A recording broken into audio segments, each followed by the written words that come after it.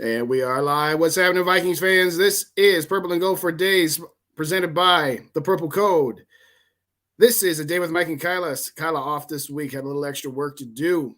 I got my compatriot, Mike Castellino. We're going to review that wonderful Thanksgiving Day victory, what we got coming up this week, and all kinds of stuff. Here we go. We will be right back.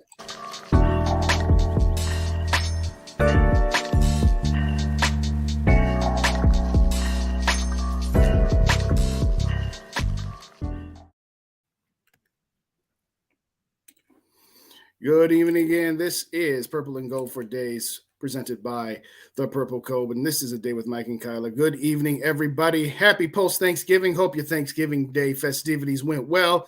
Got all your Black Friday shopping done and maybe even a little bit on Cyber Monday here as well. Because you were off last week, Mike, how you doing this evening, my friend? Better than a week ago. Not only in reality and with the Vikings, so it's can't complain. And at the end of that, what good would they do? You know what? We're going to let you speak a little bit on the Dallas game just for a minute or two, just because a lot of people missed your ranting last week. But before we get started, shout out to the Purple Code. Please like, comment, and subscribe on YouTube, Facebook, and that's called the Purple Code, the backup page, as well as Twitter and TikTok. And because this is a production of the Purple Code, we must, as always, give some love to our sponsors. And always, we start off with Rinaldi's Pizza and Pasta. They are located on Wood Lane Drive in Woodbury. Need a little extra something tonight for your Monday night football pleasure, because the game is going to be probably a snooze fest. Who the heck knows? But mention the Purple Code, and they will give you a family discount. Wood Lane Drive, that's off the intersection of I-494 and Wood Lane Drive. As well, if you want something lighter, we also have Nautical Bowls hooking us up here as well. Mention the Purple Code, family discount there as well on Hudson Place off Woodbury Drive and I-94. So let's get the last remnants of the Dallas Cowboys game. Mike, give us your 30-second rant, because I know you got a little something to say about that real quick before we get into the positive that was Thanksgiving. Yeah, I mean, it was an all-around team disgrace. I mean, top to bottom, coaching, defense, offense, heck, even special teams wasn't good. But at least Greg Joseph didn't do anything wrong, right? At least there's that. But in all seriousness, like, that was easily the ugliest game the Vikings have played in 2 years. Forget about, this year, multiple years. It was downright ugly. They got smacked around the yard, and it was even a bad day for those Kirk Cousins lovers, because he lost his touchdown streak too. It was all around ugly. Well, I'm just going to say this. We said this before. We'll say it again. We'll get into it right here now when we talk about this Patriots game real quick. We had said a few weeks back that with that 3-game gauntlet with Buffalo, Dallas, in New England, we went 2-1, we'd all be happy. And that's exactly what they did.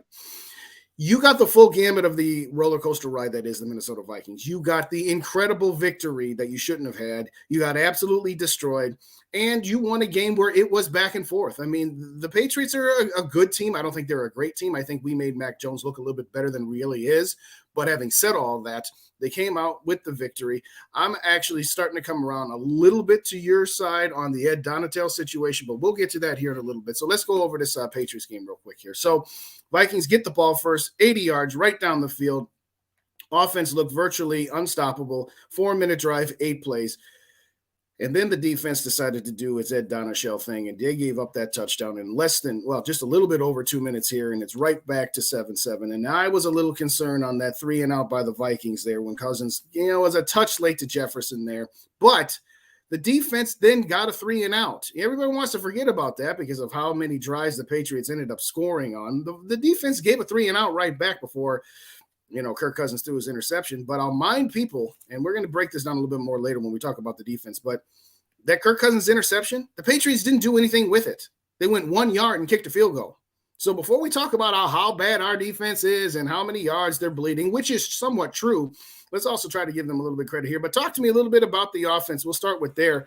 Outside of that 3-and-out and that interception, I don't believe, other than the kneel down at the end of the half, that they punted again, other than at the end of the game where they went run, pass, punt just to bleed clock here. So talk to me about Kirk Cousins on primetime nonetheless. I want to talk about Kirk Cousins on primetime. Talk to me about the offense on Thursday, Mike. No, they were fantastic. I mean, aside from the interception, which was just an ugly, ugly moment in the game, The offense was fantastic. I mean, I think you'd want more from the run game. We've talked about this where it's a little bit of feast and famine with Dalvin Cook for some reason, and I blame the O-line for that because they got penetrated by the Patriots' defensive line. They all game long. I mean, there was nothing they could do to create running lanes, which is terrible. I mean, if that happens, you're in big trouble. It also was a big problem against Dallas at times, why that game got as ugly as it did. But anyway, back to the offense. I mean, Kirk Cousins, this was his moment. And obviously, we don't want his defining moment as a Vikings quarterback to be a primetime game on Thanksgiving. But at least this was a defining moment for him. And I think what at least it meant to me was the time of the game doesn't matter anymore. The opponent is what it is. I think it's done. We're done talking about this version of Kirk Cousins. I think this is just Kirk now. I think this is the norm. And that's a good thing for this football team, that the normal Kirk Cousins is going to be a guy who doesn't care about the time the game starts, who doesn't care about how we win and what his stat line looks like. It's that we win. So I'm into this version of Kirk Cousins, and with the kicker, he did eat the turkey leg, and he said at the the little interview that he might talk to his dentist in Michigan about getting grills. So let's get it. Listen, if he wants to get grills, you know what? He's got enough millions to do that. Listen, I don't care what it takes. As long as Kirk Cousins is comfortable on Sundays, if he's comfortable being this new version of his personality, hey, doesn't bother me whatsoever. All I'm going to say is this: just like one bad primetime loss in Philadelphia doesn't mean that the narrative is, well, he's never going to change. I'm also not going to say that one primetime victory doesn't erase the narrative. But what I will say is offensively, it was a drastic difference from what that Dallas Cowboys game was, where Kirk Cousins was not comfortable at all. Kirk Cousins didn't have time to barely pat the ball after, taking the snap. I want to give a lot of credit to the offensive line from a pass blocking standpoint, as well as Kevin O'Connell for the scheming of that. He left some tight ends, which he didn't do once during the Dallas game until it was far too late, didn't make the adjustments. And offensively, they spread the ball around. We had catches going to Justin Jefferson, obviously, but Adam Thielen was involved. TJ Hawkinson was involved. I'm not as concerned about the running game because the Patriots did do a very good job selling out to stop Dalvin Cook. And they said, you know what, we're going to force Kirk Cousins to beat us, kind of like what the Vikings defense did to the Patriots as well. They really focus on the run there. So to me, I'm not as concerned about Dalvin Cook having a rather mediocre at best game, but it did open up things for that passing game, if you ask me. Shout out, Jason. Thanks kindly for joining us. As always, we do appreciate it. W's just matter for Kirk these days. That is absolutely correct. That's what we've been saying for over a year and a half since we started doing this last year on Purple Cold Canada.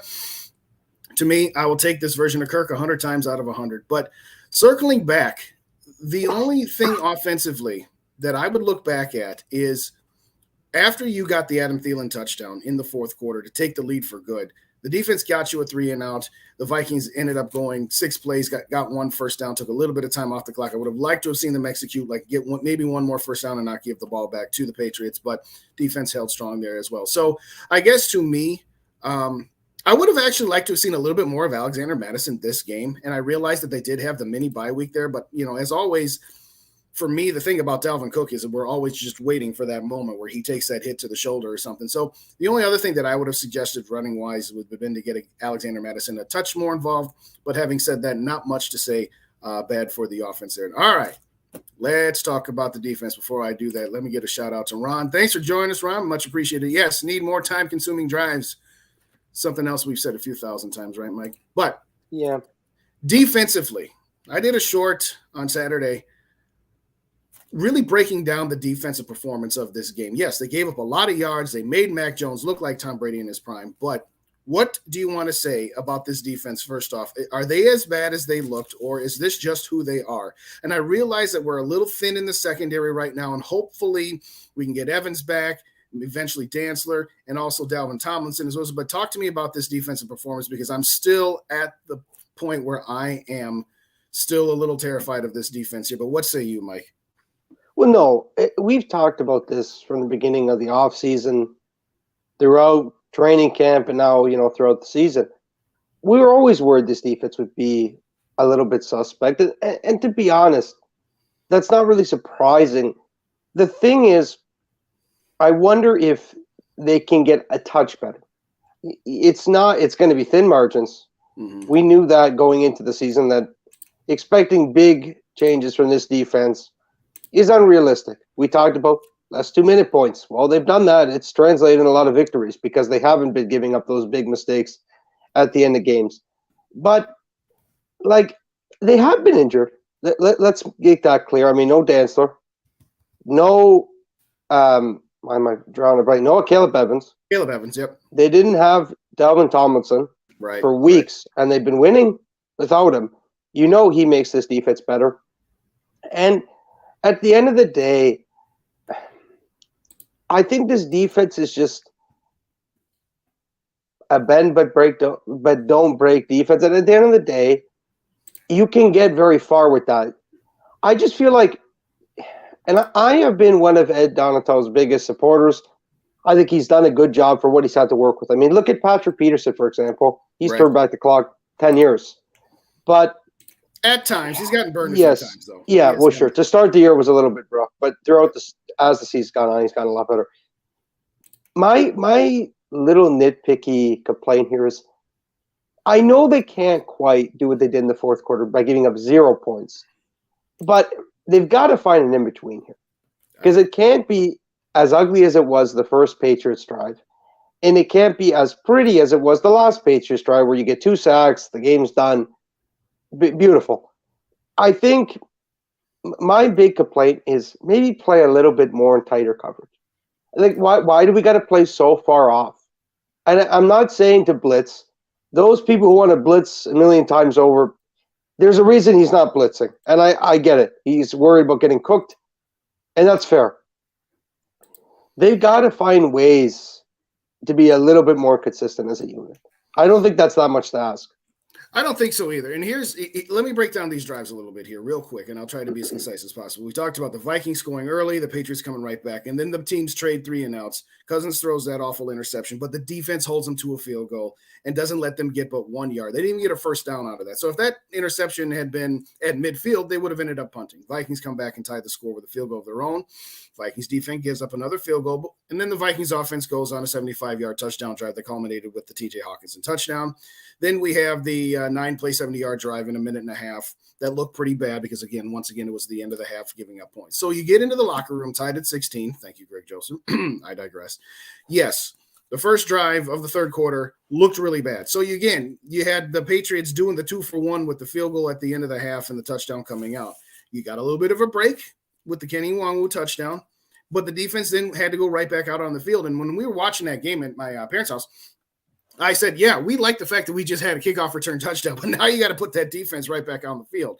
It was a 69-yard drive, but they did hold them out of the end zone. From that point on, Patriots, 3-and-out, punt, 3-and-out, punt, turnover on downs, end of the game. So from the middle of the third quarter on, the Vikings defense didn't give up anything. Now, to your point, there needs to be a better balance of, well, you're giving up and bleeding a lot of yards early on, and then you shut it down at the end. I think there's 2 things to consider here. One, this team does have a lot of veteran players, and when I say veteran, that's a euphemism for rather old. Let's call it for what it is. We all love Harrison Smith and Eric Kendricks, but they're on the backside of their careers. Harrison Smith on that screen pass was running backwards, running away from the guy just to get into position to knock him out of bounds.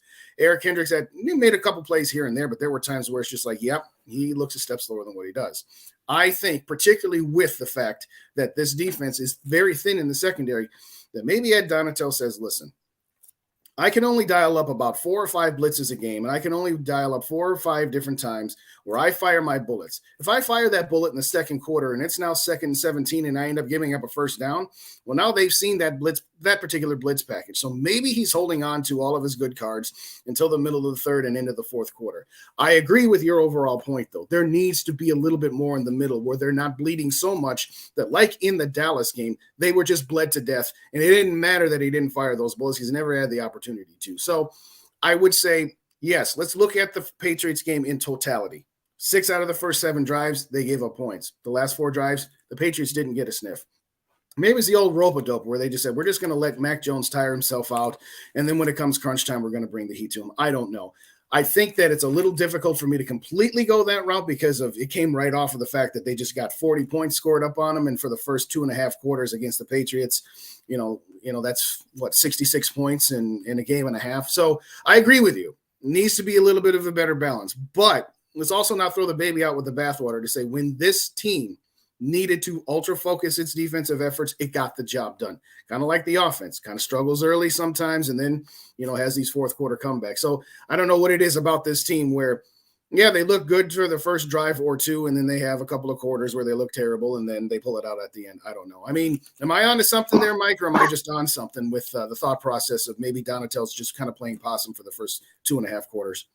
No, sorry for the coughing. First off, so second off, no, I don't think you're on to. I think you're on the ball. I think you've nailed it. Like, I think that he knows he only has so many punches to throw, and I don't think that's flawed logic. And I know some people say, well, why don't they blitz more? You'll see if they did it, what would happen. Mm-hmm. But I think he gets that right. What I don't like, though, and what bothers me is, can they find a way to just cause pressures? Like, right. Zadarius Smith and Danielle Hunter, they were non-existent. No, they really weren't. Not for the first half. Anyway. Yeah. They were, and heck, they were completely non-existent against Dallas. So they had 6 straight quarters of poor football. Like, I don't care who you are as the defensive coordinator, you're screwed. We know going in that that's the key to this defense is getting pressure with Zadarius Smith and Danielle Hunter. Mm-hmm. And they didn't get it going for a long stretch there. I think Danielle Hunter has been healthy, but Zadarius Smith, my main point was he's been banged up, right? There's been multiple times where during the end of games here, I know what happened against Buffalo where he's holding his knee and is his season over? And I had thought that for a split second. Thankfully, that's not been the case, knock on wood. But, he's clearly playing through something. He's not 100% like he was in the early on in the season. You're seeing it. His production is falling off a little bit. I think this mini bye was huge for him. But no, I agree with your large point is that Donatel does most of what he can really do when it comes to getting creative.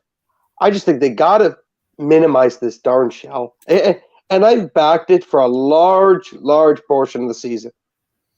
But I think we saw it against New England. It's just not good enough. It needs to be at least altered.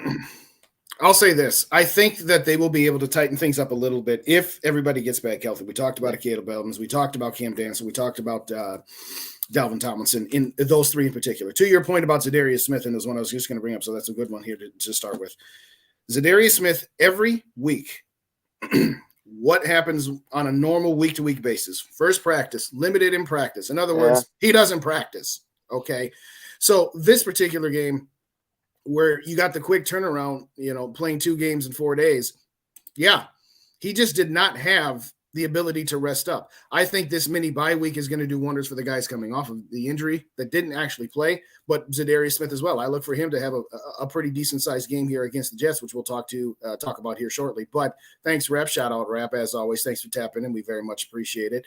Hit the like, comment, and subscribe to all the family of the Purple Code channels, Purple Code Facebook, Purple Code Backup page, Purple Code YouTube, Purple and Gold for Days, Purple Pocket Podcast. Hit my guy, Rap. He's got a little lottery. You predict the final score each week. He's got a little something for you, a little cash money for whoever gets the prediction right, as well as Minnesota Sports Talk as well. Also, don't forget that Rap and my guy Dave will be on tomorrow night on the Purple Code, exclusively on the Purple Code with their show, and that runs at 9 o'clock Eastern time. Having said all that, Zadarius Smith is the key to this defense because at the end of it, he is the one who's gotten the most consistent pressures. I know he's like number 1, and I know Danielle Hunter's number 14 or something like that. I think that was one of the stats that I saw. But to your point, they are what they are, and it's like they've got enough of one gas tank per week. So I agree that this particular week where we didn't see as much pressure as we had in the past might have been something to do with the thin secondary as well as the fact that they didn't have much turnaround time here. So, okay, let's talk about a little bit of the New York Jets game, and then we're going to get into clinching scenarios as well as what we saw last night in Philadelphia. We have to have a little conversation about that.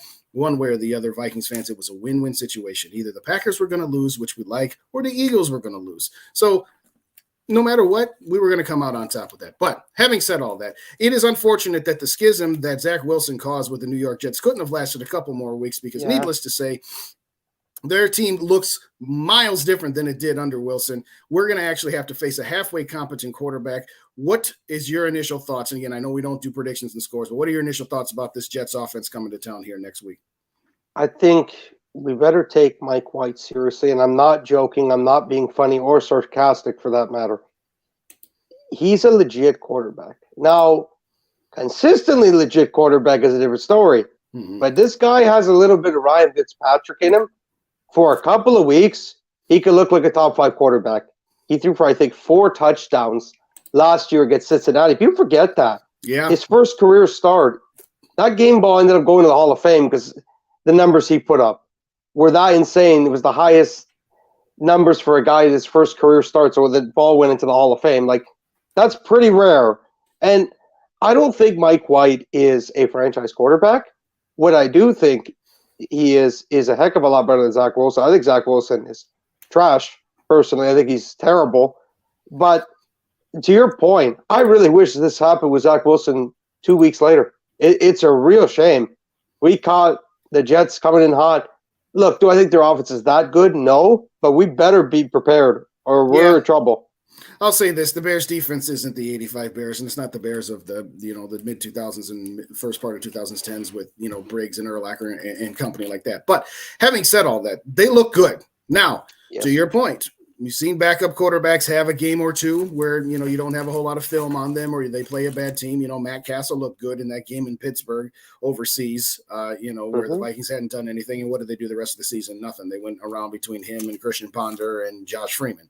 To your point, Matt Castle there as well. He reminds me of Case Keenum. Reminds me a little bit of Fitzpatrick. Where for a game or two they might look competent. Yeah. So at the end of the day, he's just a guy. There's a reason he's not a starter in this league. He's just a guy. And you know what? For all the talk about how the Vikings have gotten such luck by, facing backup quarterbacks or playing teams and getting some breaks here, you know what? This team is a hot team. Let them come to our house and say, you know what? That was a cute little victory you had at home against the Chicago Bears. But getting back to all the points that we just made about this defense, let's not let him get too hot. Obviously we're probably not going to shut the guys down completely. I don't see a shutout anywhere on the schedule with this Vikings defense at this particular point in time. But in fact, that's a very good comment that David just made here. So let's get it thrown up here. At least we have some tape on Mike White to work with. Absolutely. So to me, you're coming off of a mini bye. You got to rest up. You got to sit at home and watch these guys. Simply put, if this game was in New York, I'd have some real intrepidation about this game. Oh, yeah. Being that it's at US Bank Stadium, listen, you got your clunker out of the way. I did a preview show earlier, and I said this team's not going to go undefeated, and everybody's like, who? And of course, that was while I was saying that the Vikings were going to end up beating the Cowboys, but I said they were going to have their clunker at home at least once. Well, you had your clunker. Oh, now it happened. Now it's time to take care of business.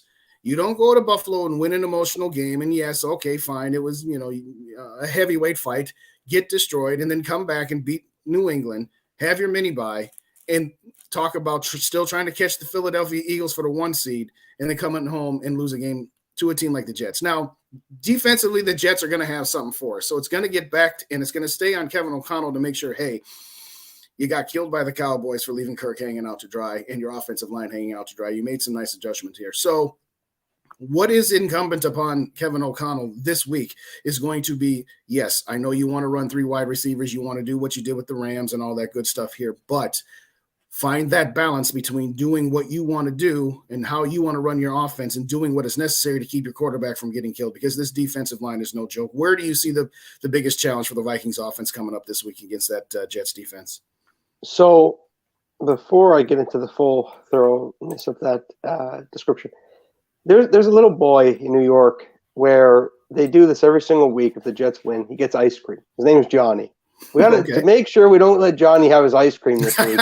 What we need to do, offensively, we cannot let their pass rush, led by Quinn Williams, penetrate. We have to contain them similar to how we contain the Patriots D-line.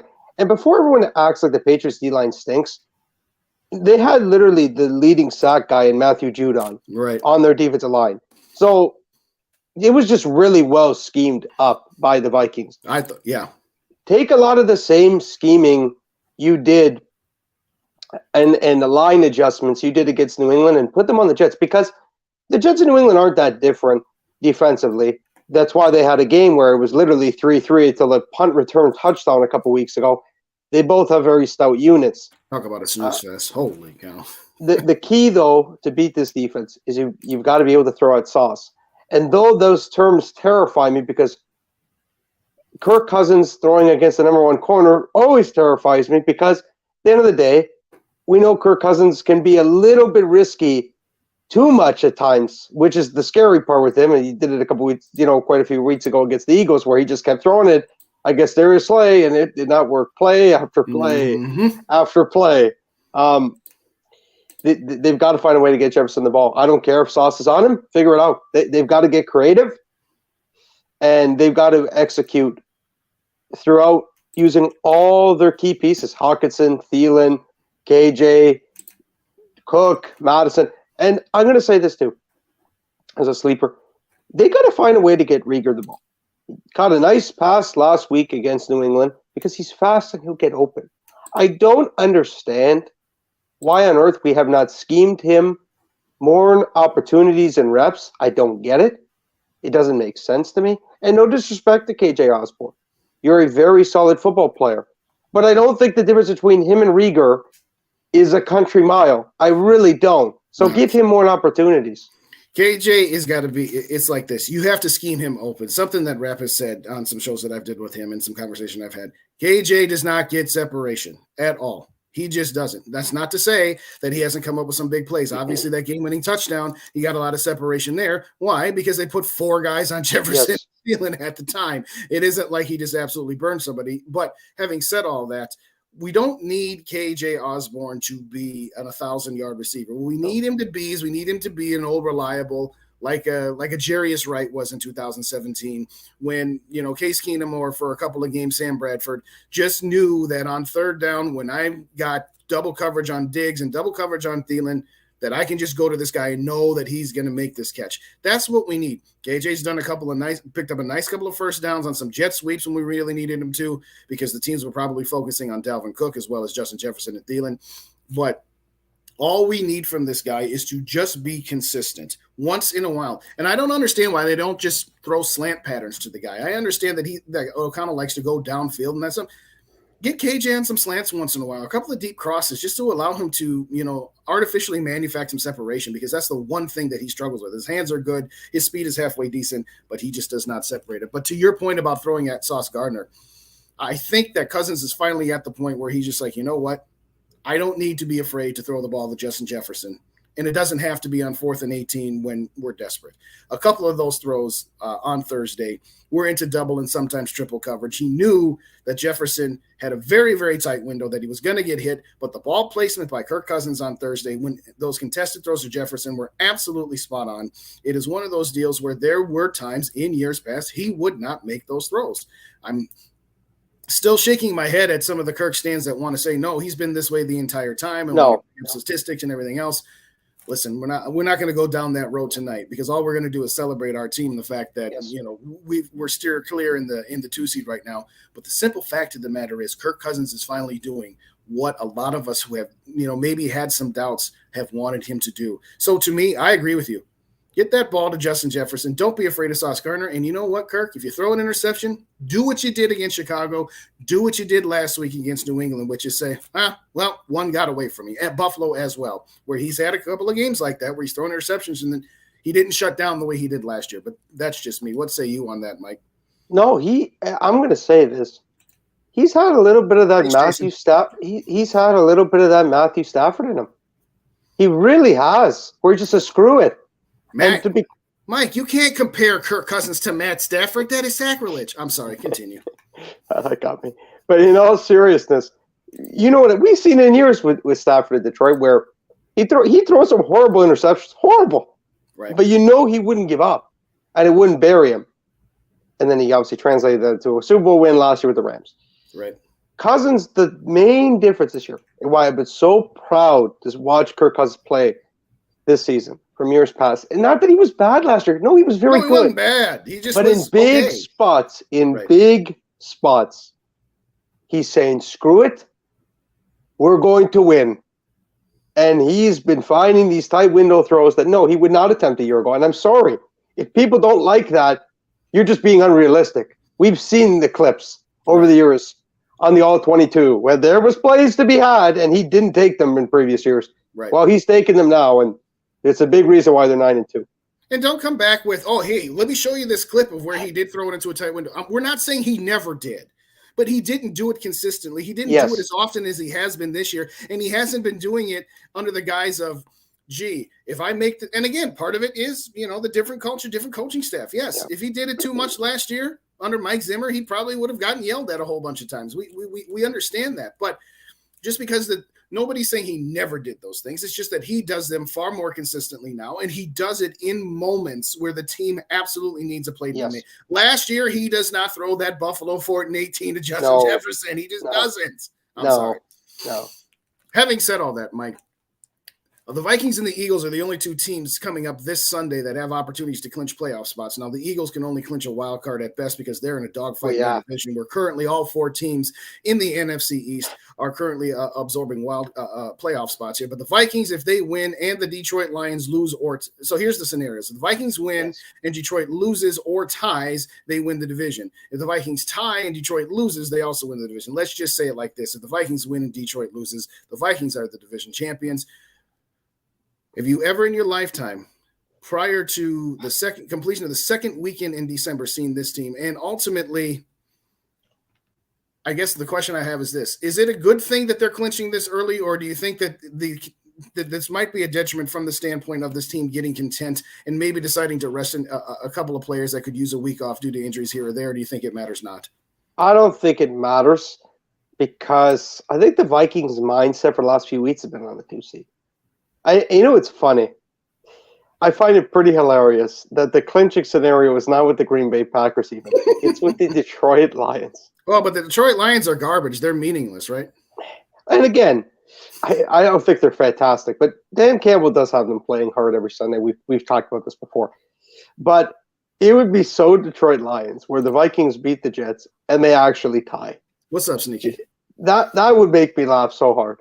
If the Vikings clinched because the Lions tied instead of lost, that would be so on brand for why the Lions are memed and joked around as over the years. It would be hilarious. But honestly, I don't think this changes anything, Justin, even if they clinch this week, because the goal has been the 2 seed for weeks. Like, we knew we'd win the North, and that wasn't even arrogant. Right. After we beat Washington and Arizona, I said, okay, this is our division. It's ours. This is our division. It's about getting home games because I don't want to offend anybody, but if you think Kirk Cousins is winning 4 road game or 3 road games, you're out of your mind. You're out of your mind. No. Anyway, that's all I gotta say. Before we give up our final thoughts here, as well as talk about a little bit about that team to the east, got to throw it back to the presenters and sponsors. Again, this is Purple and Gold for Days. I am Justin. He is Mike Castellino, the king of Vikings Twitter. Please like, comment, and subscribe, and that is Purple and Gold for Days. This is a presentation of the Purple Code. So please like, comment, and subscribe on the Purple Code YouTube page, the Purple Code backup page on Facebook, as well as Twitter and TikTok. Got to give some love to our sponsors. As always, that is Rinaldi's Pizza and Pasta. They are in Woodbury, located on Wood Lane Drive. Let me get the ticker up here. Thank you kindly, computer. Wood Lane Drive off the intersection of I-494 and Valley Creek Road. It's still got some time to get in your order for tonight's Monday Night Football Snooze Fest, but jokes aside, mention the Purple Code. They will give you a family discount. And, of course, we also have to give some love as well to Nautical Bulls. They're located on Hudson Place in Woodbury as well. Mention the Purple Code, get a family discount there as well. Please check us out tomorrow night on the Purple Code, where you get exclusively the SKOL'd Show with Rap and my guy Dave. Wednesday is the Great 8 Show, The Grade 8 Show with Joe and Boss Man Rick, talking all things Kirk Cousins. And we cannot forget the Thursday and Saturday shows run as well. Thank you, Ticker. I always love when you do that so much. Thank you kindly. Thursday, we got SKOL'd Spotlight with Jamie and Casey, as well as SKOL'd Live with SK and Rap. And that is on Saturday nights, now that we're going to be back to a regular Sunday schedule here. So Vikings have no more primetime games the rest of the season, outside of the possibility of something getting moved on week 18 against Chicago, which I seriously doubt. Yes, the Green Bay game is a 3:25 game, but sans that, 4 noon games, Mike. So what do you see the Vikings record being the rest of the way out? Do you see any losses left on the schedule here? Or what are we going to go, 15-2? What do we got, Mike? Of course, you had to pull on my chain here and get me to think. See, the pessimistic part of me wants to easily say 14-3 without a doubt, just so I don't have to hurt myself. But I'll put it like this. If they beat the 2 New York teams, they will go 15-2. That's my take. I know it's a little bit cheating, but if they beat the 2 New York teams, they will go 15-2. If they lose one of those games, I'll see then 14. So in other words, you see us sweeping the road division games as well as the Indianapolis Colts game, if I'm hearing you correctly. Yes, and the reason why, the Packers are going to be buried. And you better not lose to Jordan Love. You better not lose to Jordan Love. Oh, yeah. I'll be honest with Jordan Love.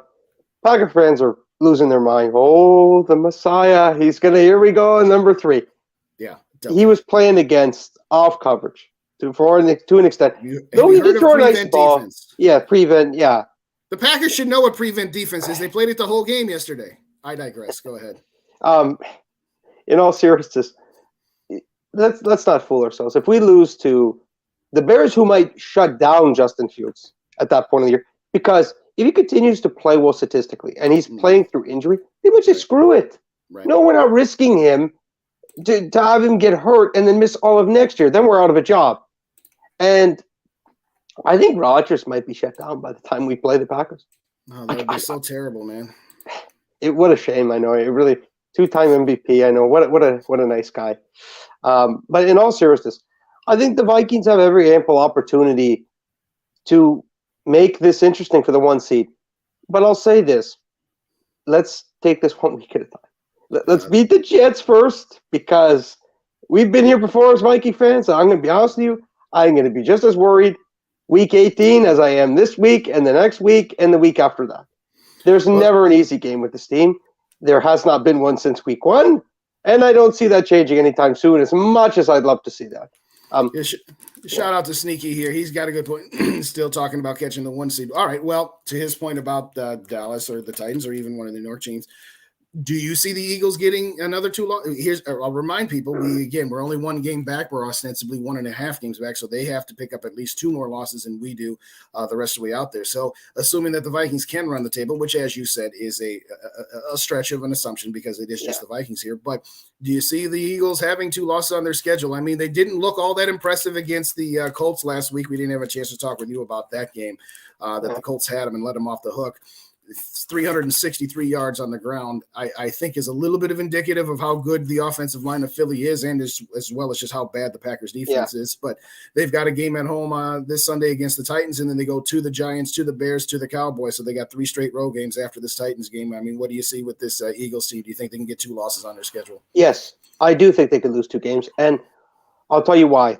I think Dallas will beat them this time they play them, and I'll say it because when they played the first time, it was Cooper Rush. Mm-hmm.